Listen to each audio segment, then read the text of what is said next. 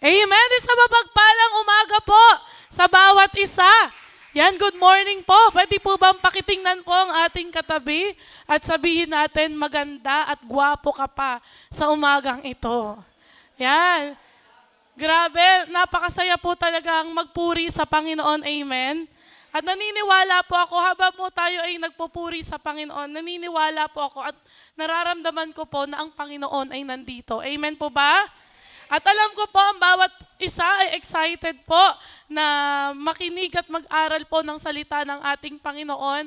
At ako po ay nagpapasalamat po sa Panginoon dahil nabigyan po tayo muli ng pagkakataon. Kahit po ako'y medyo nag-concert po kahapon at medyo paus po ako ngayon. Pero salamat po kay Lord kasi nandito po ako at gagamitin niya po ako sa umagang ito. So mapagpalang umaga po maging sa mga kasama po natin online. Magandang araw po sa inyo. At alam ko po na marami pong pagpapala ang ating Panginoon sa buong linggo na ito. Amen po ba? At sa umaga po na ito, sino po dito mas gusto pang pagpalain ng Panginoon? At sino po dito mas gusto pang busugin ng pagpapala ni Lord? Magsabi ng malakas na Amen. Yan. So, thank you po. Yan, sa linggo po na ito, tayo po ay nasa ikatlong linggo na po ng ating buwan ng October. At ang ating pong tema sa buwan na ito ay may pamagat na muchas gracias. Yan, ano po ba ibig sabihin nito? Thank you very much. Yan, pwede po ba pakitingnan po uli yung katabi nyo? Yan, sa tingin nyo po ba, pwede po ba pakisabi po sa kanila, salamat kapatid dahil nandito ka. Ayan. Yan. Masaya po ba kayo? Nakatabi nyo po yung katabi nyo ngayon? Parang may narinig akong hindi. Sino yun? Yan. So, salamat po dahil nakita ko po muli yung mga nagagandahan at nagwagwapuhan ko pong kapatid sa pananampalataya sa Panginoon. At alam niyo po ba, totoo po no, na marami po tayong laban na naipanalo na natin dahil sa biyaya ng ating Panginoon. Amen po ba? Marami po tayong battle sa buhay natin na akala natin imposible pang matapos o mapagtagumpayan natin, pero napakabuti ng ating Panginoon dahil itinawid tayo ni Lord. Amen po ba? Pinanalo tayo ng Panginoon, di ba? Yung feeling natin imposible na, pero naalala natin, walang imposible sa ating Panginoon. Di ba nga sabi po sa kanta, walang imposible sa ating Diyos. Kayang-kaya niyang gawin ang lahat. Kaya dapat po, maging thankful po tayo palagi sa ating Panginoon. At yung mga simpleng bagay po, no, na dapat natin ipagpasalamat sa Panginoon, yung simpleng humihinga ka ngayon. Amen po ba? Sino po dito nagpapasalamat kay Lord kasi humihinga pa siya hanggang ngayon? Amen? Yung ginigising tayo ni Lord kada umaga, maraming tao hindi na po nagigising. At maraming tao nagbabayad ng malaki para lang ma-extend yung kanilang buhay. Amen po ba? So dapat maging mapagpasalamat po tayo sa Panginoon. Di ba? May maganda tayong hanap buhay, may maganda tayong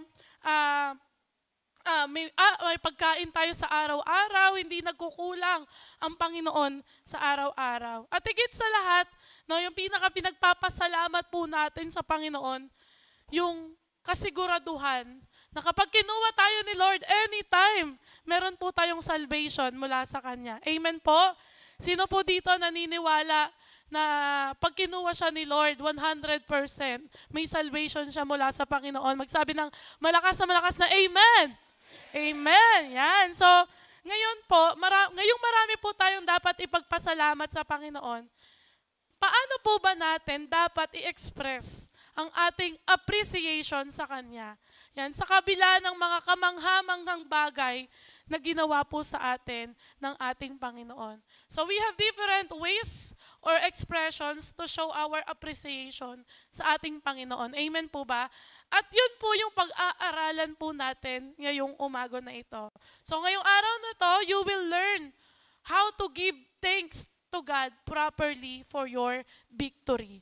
Paano nyo po mabibigyan ng pasasalamat ang Panginoon sa kabila ng mga katagumpayan na nararanasan nyo sa buhay dahil kay Lord. So, inaanyayahan ko po ang bawat isa na tumayo sa oras na ito. And let us open our Bible. Buksan po natin ang ating Bible on 1 Corinthians chapter 15, verse 57 to 58. And let us read it sa NIV version. Sige po, kayo po babasa ng verse 57 at ako naman po sa verse 58. Sige po, let us read.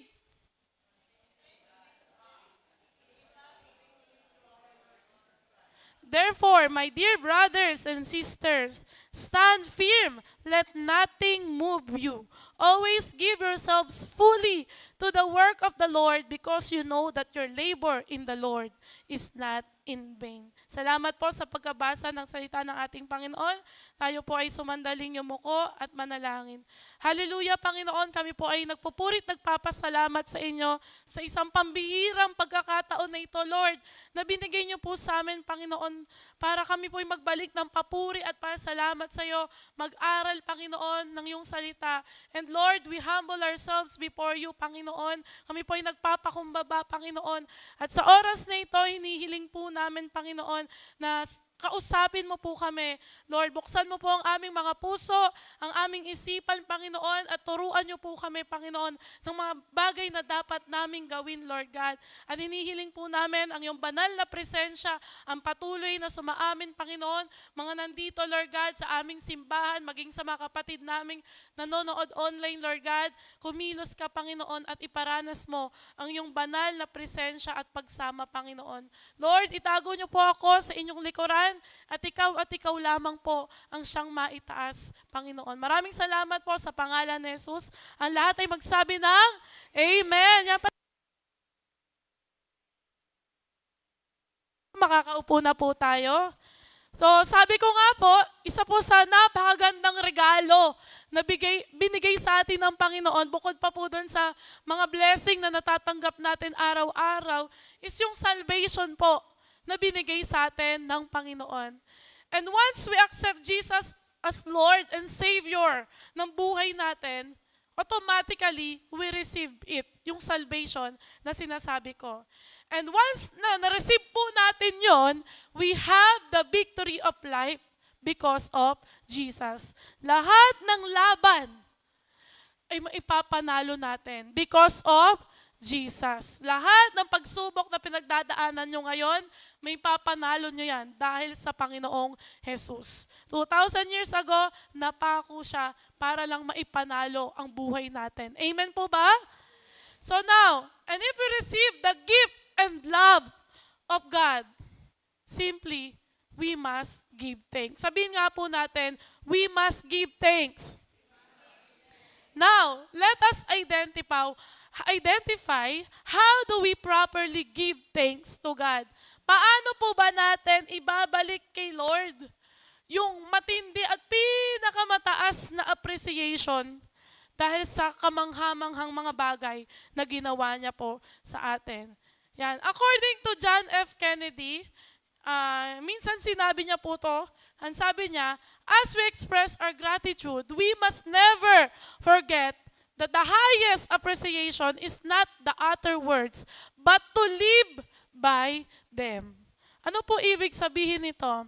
According to him, mas magandang form of appreciation o thanksgiving yung natuto kang gumawa sa sinabi mo lang. Amen? Ulitin ko po, mas magandang form of appreciation daw po ay yung natuto kang gumawa kaysa sinabi mo lang. Di baling isang beses mo lang po sinabi, kaysa naman sa 1,000,000 beses mo sinabi, pero hindi mo naman ginawa. Yan. Like for example, di ba, kada taon po, lagi tayong may New Year resolution. Lagi po yan. So, madalas, sabi natin, ngayong parating na taon na ito, magbabagong buhay na ako. Ilan taon mo na ba sinabi yun? Maraming pagkakataon, sinabi mo, mag-aaral na akong mabuti. Ilang beses mo na ba sinabi yun? Yan, marami ka ng beses na sinabi, magiging consistent na ako sa paglilingkod ko sa Panginoon. Ilang beses mo na ba sinabi yon? Di ba? Sabi, mas mabuti No? O natuto ka munang gumawa kesa sinabi mo lang. Kahit ilang beses mo pa sabihin yan, kung hindi mo naman ginagawa, baliwala lang po yun. Amen? So ngayon, tuturuan tayo ni Lord kung paano natin siya pasasalamatan to the highest level. Yan, nabigyan nyo na po ba ng pasasalamat ang Panginoon to the highest level? Yan, nabigyan na po ba natin kay Lord yon? O kung hindi nyo pa po alam kung paano natin ibibigay yung pinakamataas na pasasalamat at appreciation, yung to the max kay Lord, matututunan po natin yan ngayong umaga na ito. And gusto ko po, gusto po ng Panginoon na sa oras po na ito, mag-focus po tayo sa word ng ating Panginoon dahil napakaganda po ng sasabihin po ni Lord sa atin. Amen po ba? Sino po dito excited ng malakas excited magsabi ng malakas na Amen! Ngayon, paano natin i-express yung appreciation natin kay Lord to the highest level? Sabihin nga po natin, to the highest level. Ayan, so basahin po muli natin 1 Corinthians, yan, basahin po natin yung verse 58. Sabi po dyan, therefore, my dear brothers and sisters, stand firm, let nothing move you. Always give yourselves fully to the work of the Lord, because you know that your labor in the Lord is not in vain. Unang-unang bagay, paano po natin i-express o paano po natin ipapakita yung matinding appreciation natin sa Panginoon? Number 1, stay strong. Sabihin nga po natin, stay strong. Manatiling matatag. Manatiling malakas. Okay? According to Apostle Pablo, itong gagawin natin, sabi ni Apostle Pablo, to express our appreciation to God, to the highest level, we need to stand firm. Okay? Manatiling matatag. Kailangan magpakatibay ka para sa Kanya. Sino po dito makakapagsabi, mahal nila si Lord? And if you really love the Lord, you need to fight for your salvation. And you need to fight for your faith. Minsan po ba sa buhay nyo na ipaglaban nyo na po ang pananampalataya nyo sa Panginoon? Naipaglaban nyo na po ba ang Diyos sa buhay nyo? And if you really love God and if you really appreciate Him, ipaglalaban mo si Lord sa buhay mo. Amen po ba? Alam nyo, malalaman mo na kapag ang isang tao ipinaglalaban si Lord, he or she is a person who doesn't quit. Ibig sabihin, siya yung tao na hindi marunong sumuko. Yan, tingnan nyo nga po yung katabi nyo. Yung katabi nyo po na yan, hindi po yan sumuko sa faith niya kay Lord. Amen? Kaya nga po nandito yan eh.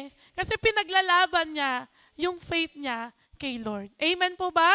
At salamat po sa buhay ng katabi nyo ngayon. Kasi isa po yan sa pinaglalaban si Lord sa buhay niya. So, itong tao na ito na pinaglalaban si Lord, ang motto niya, never give up. O, diba? Parang ano lang eh. Parang Nike ba yun? Nike ba yung may tagline na never give up? So if you appreciate God, you will not give up on serving Him. Hindi ka titigil. Amen po ba? Kahit na anong matinding pagsubok ang dumating sa buhay mo, kahit na anong kinakaharap mo ngayon, walang makakatinag sa paglilingkod mo kay Lord. Kahit ano pang bagyo ang dumating sa buhay mo, ay hindi ako susuko. Magpapatuloy at magpapatuloy ako sa paglilingkod ko sa Panginoon. Ganun po ba kayo? Ibig sabihin, kayo po itong binabanggit ko. Malamang sa malamang, kayo'y nananatiling matatag sa ating Panginoon. Yung iba, sa totoo lang po, ito kung tatamaan po kayo, sabi nga kung tamaan, wag nang umilag. Magbago na lang. Ayan. Yung iba, pinaglalaban yung trabaho. Pero si Lord, hindi. Diba? Kaya marami dito, noon na yung trabaho nila kaysa kay Lord eh. O, ayan. Tamaan ang tamaan, magbago. Ayan. Yung iba, ipinaglaban yung karir. Pero si Lord, hindi. Binigyan ni Lord ng magandang trabaho. Nasaan na ngayon? Nakapokus sa trabaho. Diba? Naipaglaban na yung gala pag Sunday. Pero si Lord, hindi. Amen? Ayan. So eto, marami pong tatamaan dito sa sasabihin ko, pero tamaan ay magbago. Yung iba na ipaglaban na ang labahin kapag linggo, pero si Lord, hindi. Diba? Marami po tayong kapatid. Mas inuuna pang maglaba pag linggo kaysa sumamba. Diba? Mas inuuna pang maglaba kaysa sumamba. Diba? Yung iba nga pong kapatid natin habang nanonood, naglalabi. Joke lang. Ang tamaan po ay magbago. So, paano po natin mabibigay yung highest appreciation sa Panginoon kung hindi natin siyang kayang ipaglaban sa buhay natin? Amen po ba? At again, salamat po dahil ngayong oras na ito, pinaglaban nyo si Lord, kaya nandito po kayo ngayon. Amen? Minsan, malamang sa inyo, may inaya po, pero sabi nyo, hindi, sasamba muna ako sa Panginoon. Diba? Unahin muna si Lord. Yan. Kung matindi talaga ang value ni Lord sa buhay mo, over many things, ipaglalaban mo siya. Amen po ba? Kahit na matindi pagsubok mo na kinakaharap ngayon, hindi ka natitinag niyan, maglilingkod ka pa rin kay Lord. So ngayon, alamin natin, paano po ba tayo mananatiling malakas at matatag? Yan. Sa kabila ng mga pinagdadaanan natin, sa kabila ng paglilingkod natin sa Panginoon, kasi totoo naman po, walang madali sa paglilingkod kay Lord. At mahirap pong maglingkod kay Lord. Amen po ba? Sino po dito hindi nahirapang maglingkod kay Lord? Remember, nandito po tayo sa sanlibutan. At ang mundo na ito ay makasalanan at napapaligiran po tayo, di ba? Ng kasalanan. Kaya ang hirap po talaga, no, na ipaglaban. Ang hirap po talagang maglingkod kay Lord kasi ang demonyo laging nandyan. Amen po ba? So ngayon, paano po ba natin mapapanatili yung kalakasan natin at pagiging matatag natin sa ating Panginoon? Yan. Number 1, deepen your spiritual journey. Sabihin nga po natin, deepen your spiritual journey. Sabi po uli dyan sa verse 58, therefore, my dear brothers and sisters, stand firm. Let nothing move you. Tandaan mo, kapatid, hindi ka magiging matatag, hindi ka magiging malakas, hindi magiging matatag ang pananampalataya mo sa Panginoon kung malayo ka sa Kanya. Amen? Hindi po pwedeng sabihin na, ay hindi, ang spiritual life ko, on fire, pero di ka naman uma-attend sa church. Hindi ka naman nagde-devotion. Wala kang prayer life. Paano mo masasabi na matatag ka? Baka mamaya may isang pagsubok na dumaan sa'yo. Diba? Sumuko ka na lang. So number 1, we need to deepen our spiritual journey. You need to give time for the Lord. Para tumatag ang spiritual life mo, dapat binababad mo ang sarili mo sa word ni Lord. Amen? Sino po dito may daily devotion? Sino po dito pagkagising niya sa umaga, nananalangin siya? Yan, bago matulog, nananalangin. Diba? Ito yung mga quality time na dapat binibigay natin sa ating Panginoon. Tandaan natin, hindi po si Lord ang mag-a-adjust para sa atin, kundi tayo ang magbibigay ng oras sa Kanya. Yan, kaya tandaan natin, kapatid, magbigay ka ng quality time kay Lord. Ulitin nga po natin, magbigay ka ng quality time kay Lord. Pag sinabi natin quality time, wala kang ibang gagawin, kundi mag-focus lang kay Lord. Amen po ba? Kagaya ngayon, ang ginagawa po natin ngayon, wala kang ibang gagawin, kundi makinig at mag-aral ng salita ng Panginoon. Hindi mag-Facebook, hindi mag-chat sa kaibigan, di ba? So, ito po yung quality time na pwede nating mabigay kay Lord. So, pangalawa, paano ba tayo mananatiling malakas at matatag? Pangalawa, hold steady in your faith. Sabihin nga po natin, Hold steady in your faith. Ibig sabihin nito, kung ano ang faith na meron ka sa Panginoon, panghawakan mo. Huwag kang magpapatinag sa kung ano mang sasabihin sa'yo ng ibang tao. Amen? Siyempre, bilang isang Kristiyano, maraming tao, hindi po tayo mauunawaan. Ako nga po, personally, na-experience ko po yun. Napakaraming persecution, di ba? Pagka Kristiyano ka. Maraming tao, di tayo mauunawaan. Hindi nila mauunawaan yung mga pinagagawa natin for the Lord. Di ba? Minsan sasabihin minsan ito po, naranasan ko to. Kasi nga po, nung high school po ako, umiikot po ako sa school at nag-share ako ng Word of God sa bawat classroom na may bakante or walang teacher. Minsan nasabihan po ako ng kaklase ko, sabi niya, Mikey, ba't di ka na lang mag-madre? Sabi ko, hindi niya naiintindihan, hindi niya nauunawaan yung ginagawa ko for the Lord. Minsan, iinisin po nila tayo, minsan, uusigin po nila tayo, pero huwag po tayo magpapakatinag. Di ba sabi po sa verse 58, let nothing move you. Gawin mo kung ano ang tama para sa Panginoon. Kahit na pinapersecute ka pa, kahit na sinasabihan ka pa ng hindi magaganda, basta ang ginagawa mo for the Lord, walang masama doon. Magpakatatag ka, magpatuloy ka sa pagdilingkod sa ating Panginoon. At sa pamagitan ng pagpapakatatag mo, mapapakitan mo yung highest appreciation mo sa Panginoon na siya ang tunay na makapangyarihang Diyos sa lahat. Dahil balang araw, pag nanatili kang matatag, ito yung favorite natin God will reward you. Diba? If you want to express your highest appreciation to God, stand firm and let nothing move you. And if we stand firm, ipapakita natin dito yung tindi ng nagawa or ginagawa ni Lord sa buhay natin. Yan. At alam niyo po ba, ang gustong ipaalala po dito ni Apostol Pablo, and if we really appreciate God and to show our gratitude to God, dapat manatili tayo. We need to stay strong. Amen? Amen po ba? Alam niyo po yung sinabi po ditong stand firm. Sa Greek word po, ito ay hisomai, na may meaning na stay where you are. Sabihin nga po natin, stay where you are. Ibig sabihin, stay where you are in your relationship with God. Stay where you are regarding of your salvation. Panghawakan mo yon. At huwag kang bibitaw at huwag kang aayaw sa Panginoon. Sabihin nga po natin sa katabi natin, huwag kang bibitaw Steady ka lang.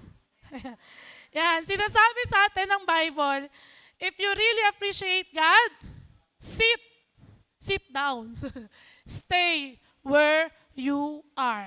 Manindigan ka sa pananampalataya mo, magpatatag ka.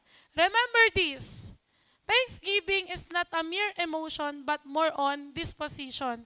Ito ay mas higit pa sa nararamdaman o tibok ng puso.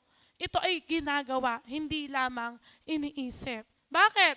Because what do you speak a lot more than what you say. Pagkatapos mong sabihin kay Lord na mahal mo siya, syempre, gawin mo. Diba lagi natin kinakanta, mahal na mahal kita, Panginoon.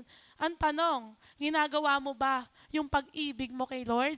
Pinapakita mo ba yung pag-ibig mo sa Panginoon?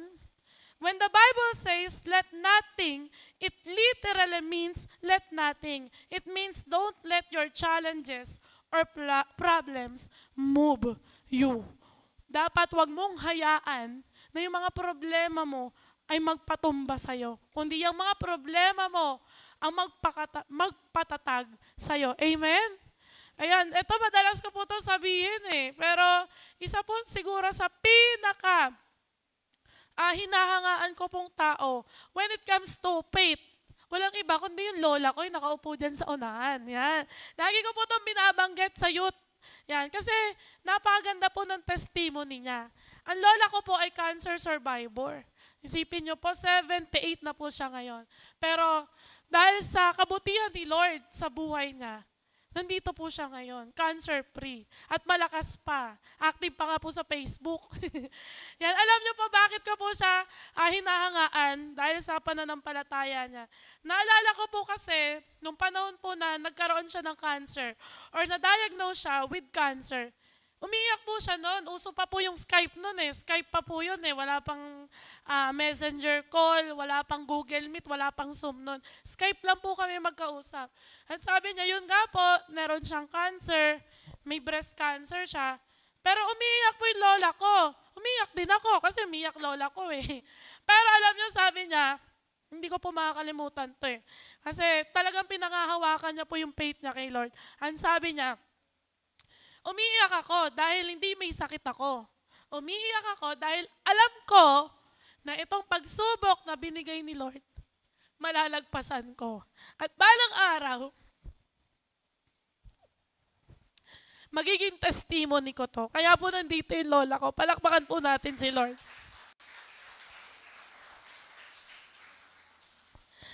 Dahil po sa faith niya, nandito rin po kaming mag-anak.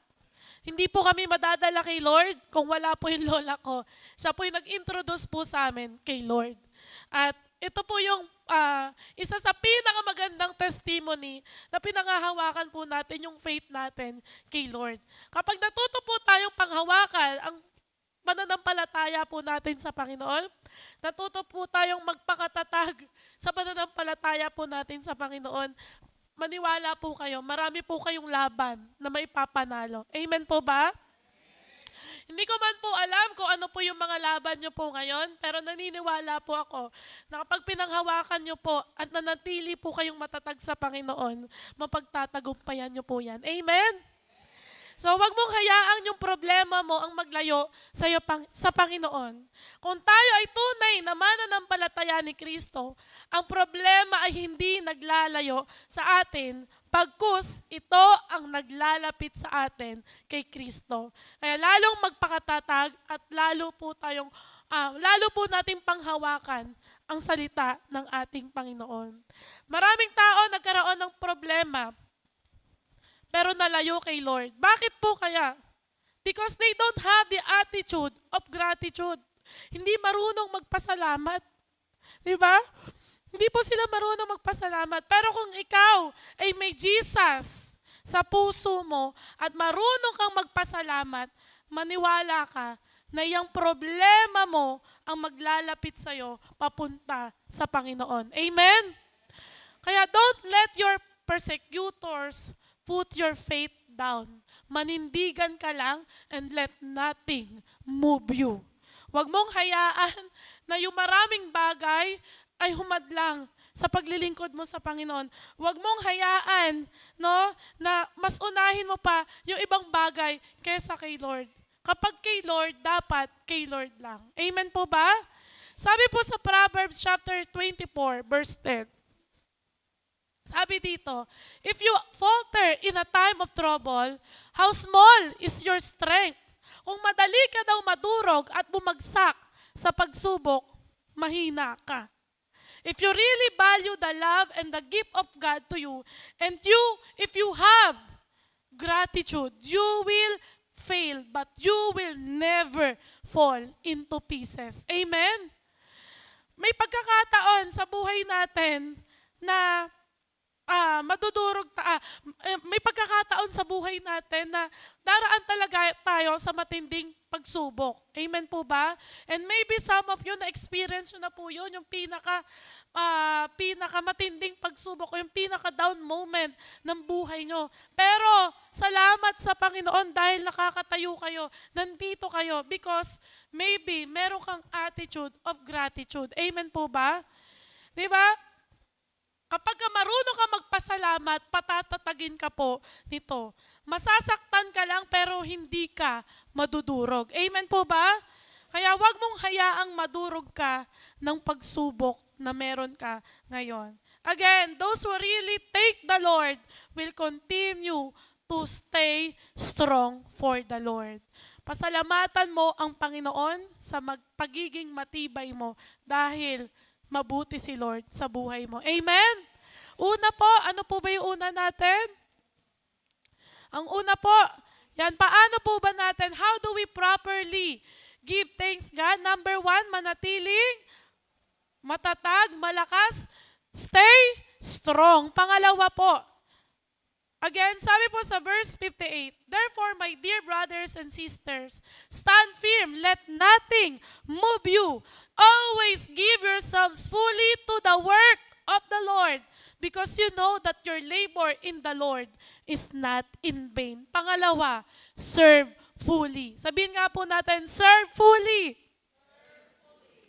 Those who really appreciate the Lord simply will serve the Lord. Na-appreciate mo si Lord sa buhay mo? Maglingkod ka kay Lord. Kung mahal mo, pinaglilingkuran mo. Yan, di ba nga po, yung asawa po natin, mahal po natin sila. Kaya pinaglilingkuran po natin sila. Yung anak po natin, pinaglilingkuran po natin sila kasi mahal natin sila. Kung mahal mo si Lord, paglilingkuran mo siya. Kung pinasasalamatan mo si Lord, paglilingkuran mo siya. Yan. So, yan. Sabi po, kung pinasasalamatan mo, hindi pwedeng wala kang ginagawa.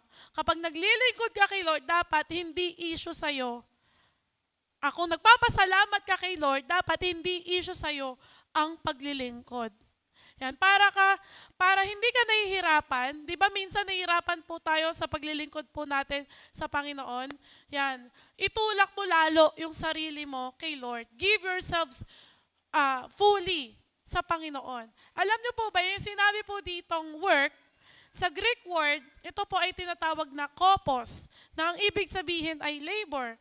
Di ba kapag nagtatrabaho po tayo, automatically may pain. Di ba po, wala naman pong madaling trabaho. May madali po bang trabaho? Yan, syempre, pag nagtatrabaho po tayo, laging may kaakibat na hirap, may pain. Di ba? And you cannot divorce work and pain. Lagi po yung magkasama. Ayan, para po silang magkapatid. Natural lang na may hirap kapag ka nagtatrabaho ka. Diba nga, noong unang panahon na una ka nagtrabaho, umiiyak ka pa kasi ang hirap naman palang magtrabaho. Diba? Ibig sabihin, nakakaranas ka ng pain. Kapag malinaw ito sa'yo, you will never give up easily. Kapag malinaw sa'yo na kapag nagtrabaho ka at mahihirapan ka, you will not give up easily. Hindi ka agad susuko kasi alam mo na normal yon. Amen? So kapag malinaw sa'yo ito, hindi ka susuko. Yung pain naman na yan, na nararanasan mo because of your work, no? Work for the Lord, yan ang magre-release ng blessing kung saan mamamaximize mo yung work na yan. Amen po ba? So, labor means pain. May mga bagay na nahihirapan ka, pero that is part of your work. Kagaya ko, nahihirapan po akong mag-control ng mga estudyante kasi araw-araw po ng buhay ng pagiging teacher. Yan, kagaya ko po, nasa 200 plus ang estudyanteng nami-meet ko every day. Napakahirap po nun, di ba? Tapos iba-iba pa po yung ugali nila. So part ng pagiging guro, ang hirap. No? Hirap magturo, hirap, yan, yung patience po, kailangan, pag naging teacher ka, mahaba po, hindi lang mahaba, mahaba ang pasensya.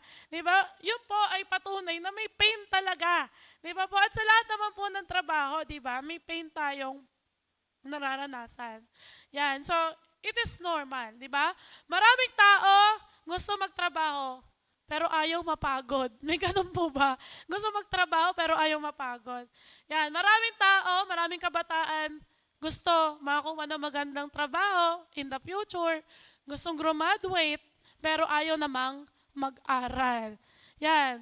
Pero ito, meron pang ganito, yung gustong mahalin siya, or gustong magmahal, pero ayaw namang masaktan.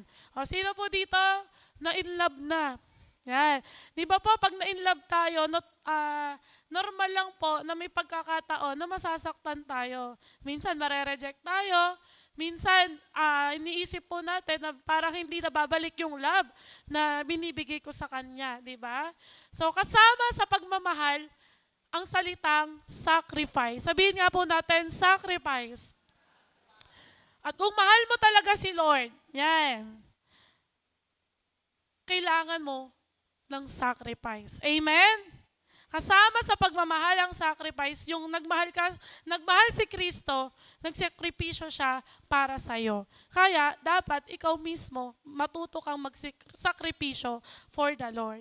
Ngayon, ano yung mga bagay mong dapat gawin para mapagpatuloy ang paglilingkod mo sa Panginoon? Para mabigay mo yung buong paglilingkod mo kay Lord. Number 1, push yourself further. Sabihin nga po natin, push yourself further. Walang madali sa una. Amen? Ang sabi nga nila, kapag may tiyaga, may adobo. Ay, hindi, nilaga po pala yun. Kapag may tiyaga, may nilaga. So, ibig sabihin, mahirap talaga. Pero sa dulo, kapag nagtiyaga ka, may reward, may nilaga ka. Mamaya, anong ulam nyo sa bahay? Makanilaga po Yan. Kasi pag Sunday, ang ulam po kasi namin sa bahay, 2 lang. Kundi nilaga, sinigang. Yan. So, dagdagan mo yung effort mo sa paglilingkod sa Panginoon. Yan. Push yourself further. Kung dati, taga-upo ka lang at taga-pakinig ka lang, why not na tumulong ka sa church? Tumulong ka sa paglilinis ng simbahan.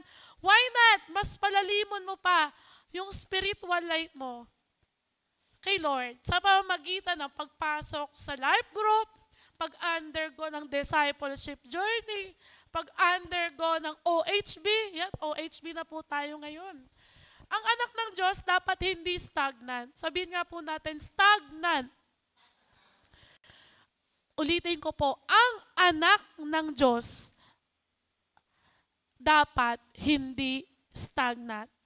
Ibig sabihin, dapat may pagbabago, dapat mas nagiging better, hindi nagiging bitter. Okay? Ibig sabihin, mga kapatid, hindi po habang buhay, nakaupo ka lang dyan. Amen? Hindi habang buhay, pag Sunday, doon ka lang magtataas ng kamay. Pag sa bahay, hindi ka ganon. Diba? Hindi po habang buhay, tagapakinig ka lang. Dapat may ginagawa ka para sa Panginoon. Ilang taon na po ba tayo nakakilala kay Lord? Yan. Ang tanong, ano po ba yung ginagawa natin ngayon para kay Lord? Naglilingkod po ba tayo sa Kanya? Naglilingkod po ba tayo sa ating Panginoon? Dapat may pagbabago. Dapat magiging better po tayo. Kasi, Kristiyano po tayo at ayaw ng Panginoon na manatili tayong stagnant. Di ba pag sinabi po nating stagnant, yung steady lang. Di ba? Parang tubig sa lawa na nandoon, hindi gumagalaw. So dapat nagpo-flow po tayo. Pumapasok ka sa simbahan para matuto ng salita ng Diyos. It means you need to be better for the Lord. Dahil simple lang, ito po yung lagi kong sinasabi rin. Diba? Dami kong laging sinasabi. Diba? We are all born for Him. We are born to serve the Lord. Pinanganak po tayo sa mundong ito para paglingkuran natin si Lord. Amen? Hindi para paglingkuran ang ibang tao. Yes, part ng buhay natin, maglingkod din tayo sa kanila. Pero unang-una na dapat pinaglilingkuran natin si Lord. Kaya kapatid, hindi pwedeng habang buhay, ganyan ka lang. Amen? Hindi pwedeng habang buhay nakaupo ka lang, wala kang ginagawa sa Panginoon. Diba? If you really love your family, mahal naman talaga natin yung pamilya natin, di ba? You will sacrifice for your family. Amen? And if you really love for your ministry, you will sacrifice for it. And if you really love the Lord, you will sacrifice everything for the Lord. Kung may bagay ka mang uunahin or may mas uunahin ka man, yun yung paglilingkod mo sa Panginoon. Bakit? Kasi nabuhay ka para paglingkuran siya. Amen? So una, ano ba yung bagay na dapat nating gawin para makapagpatuloy tayo sa paglilingkod natin sa Panginoon? Letter A, push yourself further. Pangalawa, at ito na rin po yung panghuli. Yan. Pangalawa, strive for excellence. Sabihin po natin, strive for excellence. We need to excel for the Lord. It is a command to keep yourself busy for the work of the Lord. Di ba nga po, sabi dyan sa verse 58, always give yourselves fully to the work of the Lord. God wants His people to excel in what they do. Mapabehavior mo man yan, sa paggawa ng mabuti, yan. And who they are, pati yung inward character natin. Di ba? Dapat may excellency. Di ba? Hindi lang dapat sa church ka mabuti. Dapat paglabas ng simbahan, na ipapakita mo pa rin kung sino si Lord. Di ba? So this is still our mission even today. Hindi lang po ito mission ng mga kapatid natin nung unang panahon hanggang ngayon.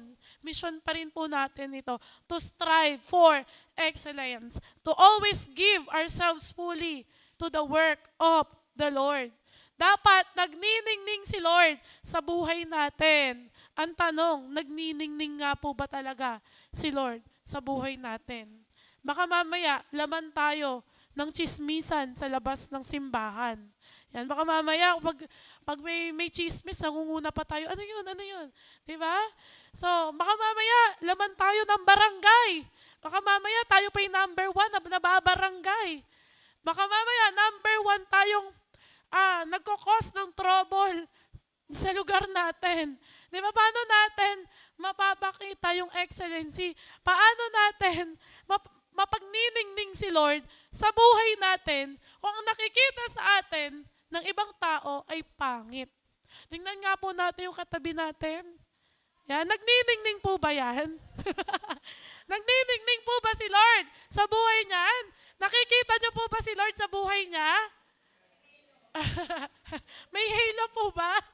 Yan. So, dapat nagniningning si Lord sa buhay natin, sa trabaho natin. Dapat hindi tayo number 1 na nagkakos ng trouble sa trabaho natin. Baka mamaya tayo yung number 1 na pinagchichismisan ng mga katrabaho natin dahil sa mga attitude and behavior natin. Diba? Dapat nagniningning si Lord sa school, kung saan ka mang nag-aaral ngayon, dapat nakikita yun si Lord, di ba? Dapat nagniningning si Lord sa loob ng tahanan nyo. Sa mga magulang po dito, nagniningning po ba si Lord sa loob ng bahay nyo? O kung nagniningning si Lord, dapat nandito din ang mga anak natin, di ba? Kung nagniningning si Lord, nakikita si Lord sa buhay natin, dapat nandito rin sila, kasama po natin. Diba? This is a command that will benefit those who obey. Strive for excellence. Always give yourselves fully to the work of the Lord. Halimbawa, halimbawa na lang po Diba, ito sa may MC po, ito yung unang-unang dito sa Malabon na nakita ko yung sign na yun eh. Nakalagay doon sa may Paradise, alam niyo po ba yun? Yung tawiran, nakalagay doon, bawal tumawid, nakakamatay. Tumawid pa rin, namatay. Di ba? Ano po ibig sabihin nun? Ano po ba ibig sabihin nun? Ang ibig sabihin po nun, alam mo na nga, hindi mo pa ginagawa. Amen? Alam mo na ang bawal tumawid, marami na namatay, tumawid ka pa rin. Di ba? So, let us serve the Lord fully. Let us strive for excellence. Di ba? Alam natin yung dapat natin gawin natin. Amen? Tandaan natin, ang work for the Lord ay yung mga bagay na ginagawa mo na nakakapag-glorify kay Lord at nakakapag-advance ng kingdom ni Lord. Ano po ba to? Example po ng ministry na dapat ginagalawan po o kinikilusan po ng bawat Kristiyano. Ito yung time na hindi ka talaga nagtatapon ng oras mo. Ano po yun? Number 1, ministry of giving. Yan. Sino po dito nagbibigay kay Lord? Yan. Number 1, ministry po natin na dapat lahat ay gumagawa. Hindi lang po yung mga may kaya or may, alam na po natin, na mayayaman, hindi lang po yung mga leaders natin sa church or kung sino man. Dapat lahat, ministry of giving. Sabihin nga po natin, ministry of giving. Alam nyo, kapag nagbibigay po tayo ng tapat kay Lord with excellency, nabibigyan po natin siya ng highest appreciation. Amen? Nabibigay po natin yung isa sa pinakamataas na uri ng pagpapasalamat kay Lord. Kaya I encourage everyone, bigay po natin yung para kay Lord. Wag po nating nakawan si Lord. Pag hindi po natin binibigay yung dapat kay Lord, ninanakawan po natin ang ating Panginoon. Una, ministry of giving. Pangalawa, ito po, dapat maging malinaw din po sa atin na dapat lahat gumagawa. Dahil utos po ito ni Lord. Pangalawa, discipleship. Sabihin nga po natin, discipleship. Naunawaan po ba natin yung discipleship? Dapat po lahat tayo humahayo. Dapat lahat po tayo nag-evangelize. Dapat lahat po tayo pinapalaganap natin ang salita ng ating Panginoon. Dapat hindi po habang buhay, nakaupo lang po tayo dyan. Hindi po pwedeng nagbibigay ka lang pero hindi ka nagdi-disciple. Amen? Hindi po pwedeng ganon. Di ba? If you serve God fully, tandaan po natin, you are not wasting your time. Hindi ka nagtatapon ng oras. Diba?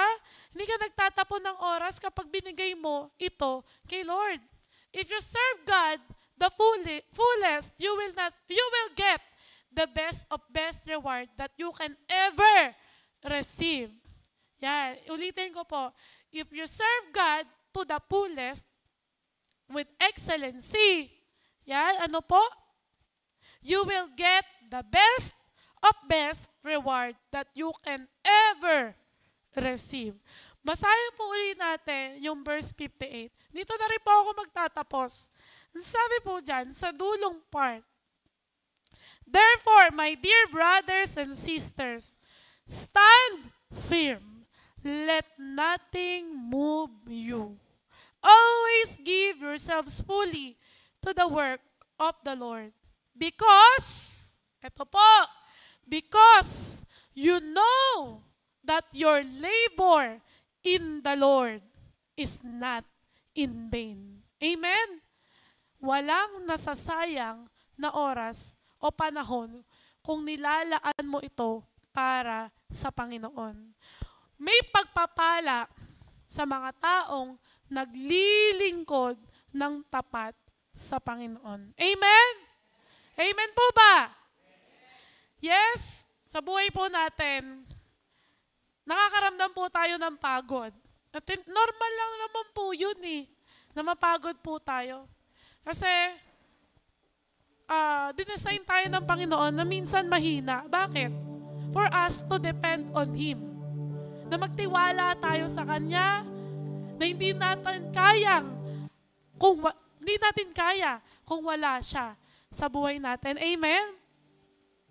Bakit? Bakit kaya? Tao lang naman tayo, di ba? Tao tayo na ginawa ng Diyos para paglingkuran siya. Buhay natin ang paglingkuran ang Panginoon. But remember, it is always good to give thanks to the Lord because He is good. Mabuti at tapat ang Diyos sa buhay natin. That's why we need to be thankful for victory. Sa lahat ng katagumpayan, sa lahat ng kamangha-manghang bagay na ginawa natin sa Panginoon, deserve ni Lord na ibalik natin yung highest form of appreciation, highest form of thanksgiving para sa Kanya. Now, how do we properly give thanks to God? Number 1, stay strong. If we really value the love and the gift of God, of the Lord, we will stand firm. Maninindigan tayo kahit na tayo ay nakakaranas ng problema o pagsubok sa buhay. Paano tayo magiging manatiling matatag, matibay, malakas? Deepen your spiritual journey. Pahalagaan mo yung quality time mo kay Lord. Pag time ni Lord, kay Lord lang yon. Pangalawa, Hold steady in your faith. Ipaglaban mo ang faith mo sa Panginoon. Una, how do we properly give thanks to God? Number 1, stay strong. Pangalawa, na dapat ginagawa ng lahat, serve fully. Kapag naglilingkod tayo sa Panginoon, dapat to the highest level. Hindi pwede yung pwede na. Hindi pwede yung okay lang. Dapat yung the best para sa Panginoon. Yes, natural lang na may hirap sa paglilingkod kay Lord. Pero wag kang tumigil o magsawa sa paglilingkod dahil walang masasayang na panahon at oras. Bagkus sa dulo, may reward si Lord sa'yo. Makukuha mo ito sa dulo. Sabi nga po, di ba? Your labor in the Lord is not in vain. Push yourself farther. Taasan mo pa yung level ng paglilingkod mo kay Lord. Huwag mong hayaan na hanggang dyan ka na lang. Dapat kumilos ka. Dapat may ginagawa ka. Dahil anong silbi ng buhay mo kung hindi ka naglilingkod kay Lord? Pangalawa, strive for excellence. Kailangan makita si Lord sa buhay natin. Kailangan maitaas natin si Lord sa lahat ng bagay na ginagawa natin. At kapag sinunod po natin ito, ginawa po natin ito, mabibigay po natin yung the best na papuri at pasalamat natin kay Lord. Sige po, inaanyayahan ko po ang bawat isa ay tumayo sa oras na ito. And naniniwala po ako na kanina pa lang po during our praise and worship, grabe po yung presence ng Panginoon. Naniniwala po ako na nandito si Lord at nag-uumapaw ang presensya ng Panginoon dito sa ating simbahan. At gusto po ng Panginoon sa oras na ito ay iparanas po ito sa inyo. At gusto ni Lord sa oras na ito marinig mula sa ating mga sarili yung mataas na papuri at pasalamat na deserve niya. Kaya ngayong oras na ito, ipipikit po natin ang ating mga mata at bubuksan po natin ang ating mga puso sa oras na ito. At iisipin po natin lahat ng bagay na ginawa ni Lord sa atin. Iisipin po natin yung mga bagay na ipanalo tayo ni Lord. Yung mga pagsubok na akala natin, hindi natin kakayanin, pero dahil mahal tayo ni Lord, naitawid natin, nakatawid tayo papunta sa katagumpayan. Pwede ba ngayong oras na ito, buksan mo ang puso mo para sa Panginoon? And kung ano man yung ipagpapasalamat mo kay Lord ngayon, pinagaling ka ba niya? Meron ka bang panalangin na sinagot ni Lord? Pwede ba ibalik mo kay Lord yung pinakamataas na papuri at pasasalamat sa oras na ito? Habang kinakanta natin tong awitin na ito, pwede po ba damhin natin itong kanta na ito mula sa ating mga puso? Gawin nating panalangin para sa ating Panginoon. Tanda ng pagpupuri, pagpapasalamat natin sa kabutihan niya sa buhay natin. Come on. Oras na kami iyong iniwan, bawat sandali ikaw ay nariyan, tapat ka lang tunay. Minsan pa, awitin natin. Bawat araw, biyaya Come on, church. mo ay Gawin natin itong panalangin sa ating Panginoon. naranasan. Walang oras Yes, Lord. na kami Hindi mo kami pinabayaan. Hindi ka nagkulang sa buhay namin, Panginoon. At patuloy naming nararamdaman ngayon, Panginoon, yung pagmamahal mo na nag-uumapaw sa aming mga buhay.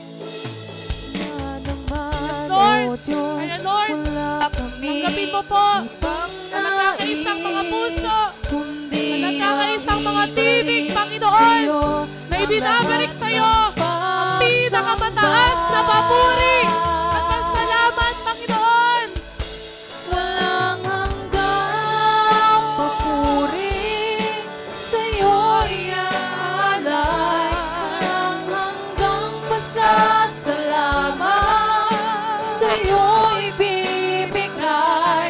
Napakabuti mo, Diyos, sa aming buhay.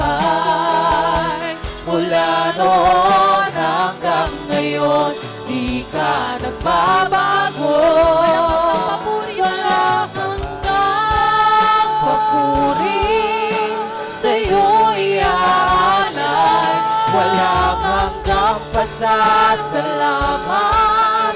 sa'yo'y bibigay. Napakabuti mo, Diyos, sa aming buhay. Sa buhay namin. Mula noon hanggang ngayon, di ka nagbabago. Hanggang papuri sa'yo'y aalay. Walang hanggang pasasalamat sa'yo'y bibigay. Napakabuti mo, Diyos, sa aming buhay. Mula noon hanggang ngayon, di ka nagbabago. Walang hanggang Yes, Lord. Tanggapin mo po sa'yo'y na nagkakaisang tinig namin, Panginoon, na nagbabalik sa'yo ng walang hanggang pasasalamat dahil sa kabutihan at katapatan mo, Panginoon, sa buhay namin. aming buhay. Mula noon hanggang ngayon, di ka nagbabago. Tapat kailan pa man. Sa oras na ito, alam ko po na meron dito nakakaranas ng kabigatan sa kanyang buhay. At dahil narinig niya ang mensahe ng Panginoon na ito, yung kabigatan na nararanasan niya ngayon ay binibigyan ng kagaanan ng Panginoon. Dahil ngayong oras na ito, natuto kang magbalik ng pasasalamat sa Panginoon. Lord, hindi ko man po alam kung sino po'y nakakaranas dito, Panginoon, na matitinding pagsubok, struggle nila sa buhay nila ngayon, Panginoon. Kilala mo po sila, Panginoon. We pray, Lord God, I pray, Panginoon, nabigyan mo po siya ng pusong mapagpasalamat sa iyo, Panginoon. Itong mga pagsubok na binibigay mo sa kanyang buhay ay paraan lamang, Panginoon, para patatagin mo siya, Panginoon, at para makapaglingkod pa siya sa iyo, Panginoon. Lord, dalangin ko po, Panginoon, ang pagpapala sa bawat anak mo na nandito, Lord God. Tulungan mo po kami, Panginoon, na maging matatag pa sa lahat ng oras at pagkakataon ng buhay namin. And Lord, lagi mo pong ipapaalala na kaya kami nabuhay, kaya kami nandito sa mundong ito para papurihan ka, Panginoon. Lord, patawarin niyo po kami kung minsan may mga bagay kaming nauuna kaysa sa'yo. May mga bagay kaming mas binibigyan ng pansin kaysa sa'yo. Patawarin niyo po kami, Panginoon. May mga bagay kaming mas inuunang paglingkuran kaysa sa'yo. Patawarin mo po kami, Panginoon. And Lord, sa oras na ito, ibigay mo po ang puso, Panginoon, sa bawat isa na nandito. Yung puso na naglalagablab, Panginoon, sa paglilingkod sa iyo na starting today, Panginoon, hindi kami mananatiling ganito lang, kundi magpapatuloy kami na maglilingkod sa iyo, una sa iyo, Panginoon. And Lord, tulungan mo din po kami. Namimigay po namin yung excellency sa paglilingkod po namin sa inyo. Na mabigay po namin yung buong kami sa iyo, Panginoon. And Lord, hindi po namin kaya ito without you, Jesus. Kailangan ka namin sa buhay namin, Panginoon. We cannot do nothing, Panginoon. We cannot do nothing, Panginoon. We can do nothing, Lord God. Wala kaming magagawa kung hiwalay kami sa iyo, Panginoon. Lord, ibalik mo po yung lakas po namin sa paglilingkod po namin sa iyo. Kung meron man po dito ang nangihina spiritually, Lord God, palakisin mo po sila, Panginoon. Lord, ibigay mo po uli sa kanila yung desire, Lord God, na maglingkod pa sa iyo, Panginoon. And Lord, lagi po naming maalala na ang buhay namin ay sambahin ka, ang buhay namin ay purihin ka, ang buhay namin ay paglingkuran ka. At baliwala ang buhay namin sa mundong ito kung wala ka, kung hindi kami naglilingkod sa iyo, Panginoon. Lord, salamat sa iyong banal na presensya. Salamat, Panginoon, dahil naniniwala po kami. Dahil nandito ka at naranasan ka po namin. And Lord, hindi kami lalabas ng simbahan na ito na hindi po namin daladala yung salita na ito. And Lord, starting today, lalakaran po namin ito. Lord, maraming salamat po. Sa iyo lamang po namin ibinabalik lahat ng pinakamataas na papuri at lahat-lahat ng pasalamat, Panginoon, at tanging sa iyo lamang, Panginoon. Ang lahat ng anak ng Diyos na pinagpala ay magsabi ng